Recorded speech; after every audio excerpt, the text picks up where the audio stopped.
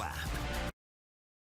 WCVB News Center 5 at 5 starts right now. And right now, as we come on the air at 5, breaking news in Boston. Thousands of protesters on the streets of Boston, from City Hall Plaza to the State House to Nubian Square in Roxbury. They're doing this in honor of George Floyd. He is the unarmed black man who died in police custody in Minnesota. A Minneapolis police officer charged with his murder in his death.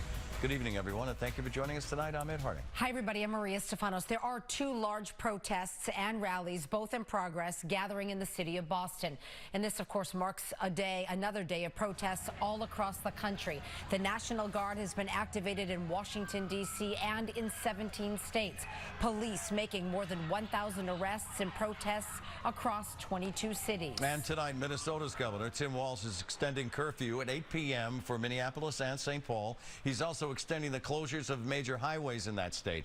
More than 4,100 members of the National Guard have been deployed. Meantime, let's come back here to Boston. Business owners boarding up stores, not taking any chances tonight as these demonstrations move across the city of Boston. Tonight, we have team coverage of all the George Floyd protests across the city. We have a lot to get to. Let's start with our political reporter, Sharman Cicchetti. She's live at the State House right now. Sharman?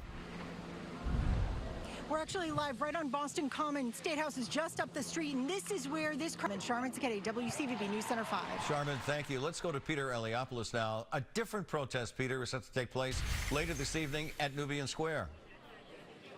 Yeah, that's right, Ed, and that group has really started to gather. I'll let you take a look behind me right now. There are dozens of people here already and want to exercise their First Amendment rights and get justice and see some change here in this community. We, of course, will be following this protest, which is supposed to turn into a march, and head over to the State House throughout the rest of the evening. Live in Roxbury, I'm Peter Eliopoulos, WCVB News Center 5. And that's supposed to begin at 6:30 this evening. Peter, thank you. Let's head now to Boston Police Headquarters. Our Sean Chayabad joins us live. And Sean, several members of the clergy were also on hand there tonight. Yeah, that's right. This was, again, a peaceful protest. In fact, hundreds of people gathered here at Boston Police Headquarters. They were led by members of clergy from across Massachusetts. Take a look at what we saw earlier today. They are clergy united in prayer. Let their message be drowned out by violence.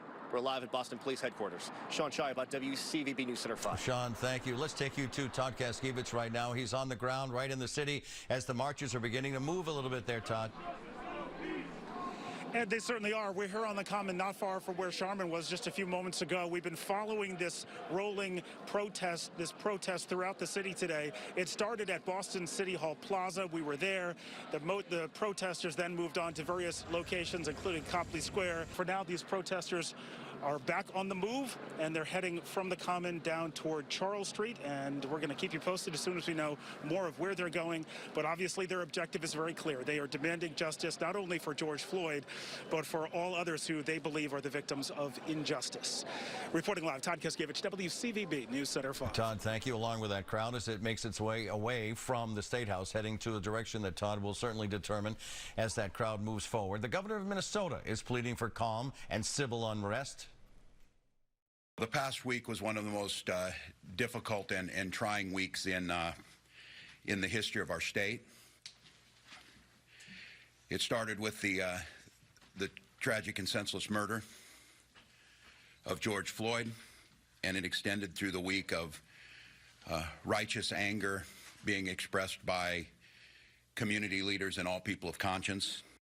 In the meantime, George Floyd's family today called for increased charges against the police officer who pressed his knee on Floyd's neck, to have the charges upgraded from third-degree murder to first-degree murder. On Friday, Officer Derek Chauvin was charged with manslaughter and third-degree murder.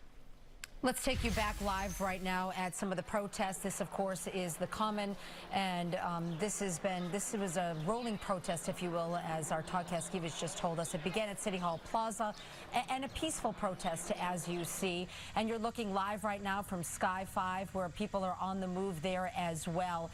And what's going to happen at 6:30, just more than an hour from now, is that there is going to be another rally/protest, and that will begin in Nubian Square. So all of this began at 3 o'clock this afternoon with members of the clergy and some of the churches there. And there is this cry and this passion and this call for justice for George Floyd and for so many others. And we will continue to follow this. We have reporters all over the city covering all of the protests there.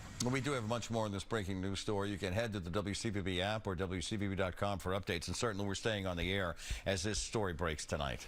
Let's talk about the coronavirus impact on Massachusetts. The state did release its daily report this afternoon. All of the key indicators are still heading in the right direction, and the positive test rate continues to drop. Here's a look at the numbers. There are 664 new cases of infection reported since yesterday, bringing the total in the state to 96,965. 78 new deaths were reported in the last reporting period. That totals more than 6,800. Here is a breakdown of deaths by age group in the state. As of today, nearly 4,300 of the state's deaths have been people aged 80 or older. Combined, 95 people between the ages of 20 and 50 have died in Massachusetts. 5:09 in the evening on a Sunday evening, the last day of May. Goodbye, May. Huh, Maria? Get it out of here. Yes, get it out of here. But what a way to end May. It was really just a beautiful day. Yeah, we got rid of the humidity. That's the whole thing. Right. It was so sticky on Friday, and then yesterday kind of we started dropping it off during the afternoon, and then today we just had that refreshing air out there. The only thing was a little bit windy from the northwest. About the rest of the week ahead and when temperatures warm up in just a few moments. Ed, Maria? Walk, thank you. Ahead on News Center 5 at 5, Boston restaurants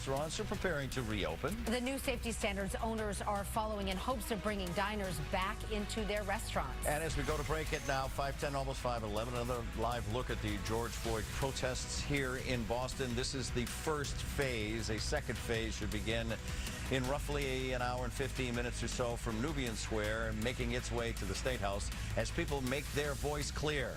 George Floyd's life was taken needlessly.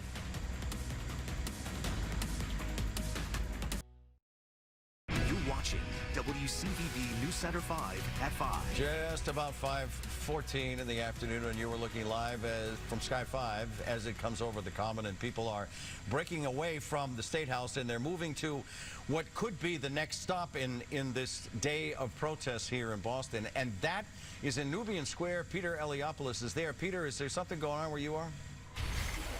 Well, yeah, there's definitely more people coming here. I would estimate probably between 100 and 125 people. And the thing is that this protest isn't supposed to start until 6:30. So lots of folks have shown up early. I'll let you take a look behind me here where you can see there are some of those folks there. Some of them are wearing those safety vests. There was a safety, I wouldn't want to call it a seminar, but there was a speech, so to speak, about how to keep everyone safe throughout this protest and to make sure that it doesn't get out of hand, because there are lots of people here that want to protest, but they don't want this to turn into a riot. So you see those folks there, and you can also see some of the signs here, Latinos for Black Lives Matter. There are many Black Lives Matter signs here. There are some that are explicit, so we're not going to show you too many, but again, there are lots of people still coming here, and we're right about an hour and 15 minutes away from when this is supposed to start.